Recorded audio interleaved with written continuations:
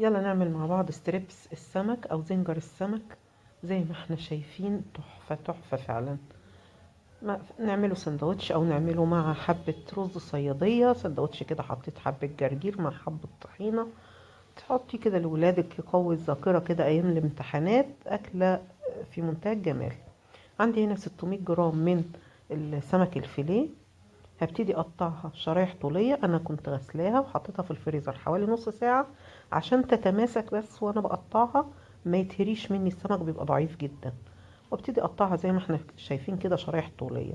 لو لقيتيها طويلة بزيادة ممكن تقسميها نصين، بحيث ان تديلك حجم مناسب. عايزة تسيبيها كده براحتك. انا هقطعها نصين، همسك الكمية بتاعتي كلها بقى، هقطعها بنفس الطريقة زي ما احنا شايفين. بعد كده هنقلها بقى في بولة وابتدي ان انا اتبلها. السمك من الحاجات اللي تتبيلها سريع، يعني مش محتاج وقت كبير عشان يتشرب من التتبيلة. هو نص ساعة كفاية قوي قوي عليه، وربع ساعة كمان. انا حطيت توم وكمون وليمون. ممكن لو عايزة تحطي حبة كزبرة ناشفة حطي. عندك بهارات سمك حطي. بس هو بصراحة انا ما بحبش التتبيلة كتيرة عشان احس بطعم السمك، احس بطعم الحاجة. مش عايزة التتبيلة طعمها يطغى على طعم الحاجة.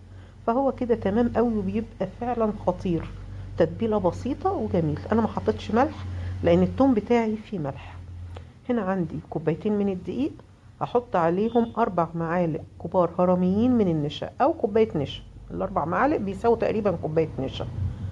وابتدي اقلبهم مع بعض. حطيت ملح، هحط كمان كمون، وهحط حبة كركم. برضو زي ما اتفقنا لو عايزة تحطي بهارات سمك حطي، بس يعني قللي من البهارات عشان تحسي بطعم الحاجة.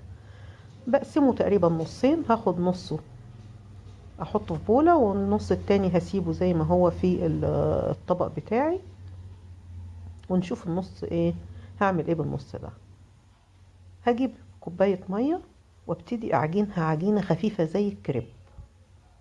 خدت حوالي كوباية الا ربع من المية. طبعا احنا عارفين، معلش، قناتنا هي قناة اكل صيامي، كل وصفاتنا هتبقى وصفات صيامي. لو عجبتك القناة اضغطي على زر الاشتراك الاحمر وفعلي الجرس واختاري الكل عشان يوصلك اشعار بكل فيديو جديد انا بنزله. ولو عجبك الفيديو اعملوا له لايك وشيريه لاصدقائك عشان تدعمي القناة والقناة تكبر بيكم ان شاء الله. كده انا خلصت خلاص العجينه اللي هي السايله، وعندي الدقيق. بغرزها في العجينه واغطيها من كل الجهات وبعدين في الدقيق، واضغط بايديا وبعدين انطرها. النطره دي بتخليه بيديلك القرمشه بتاعه الستريبس، بالظبط زي ستريبس الفراخ.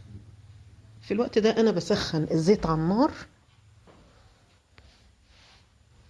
ما ينفعش تعمليها بالدقيق وبالعجينة وتسيبيها هتعجن معاكي، لازم تقلي مباشرة. ابتدي احط في الزيت سخن، وبعدين بوطي درجة الحرارة، بخليه البوتاجاز بتاعك خليه متوسط عشان يستوي كويس. ما تقلبيش لغاية ما يجمد معاكي السمك، وبعدين ابتدي ان انا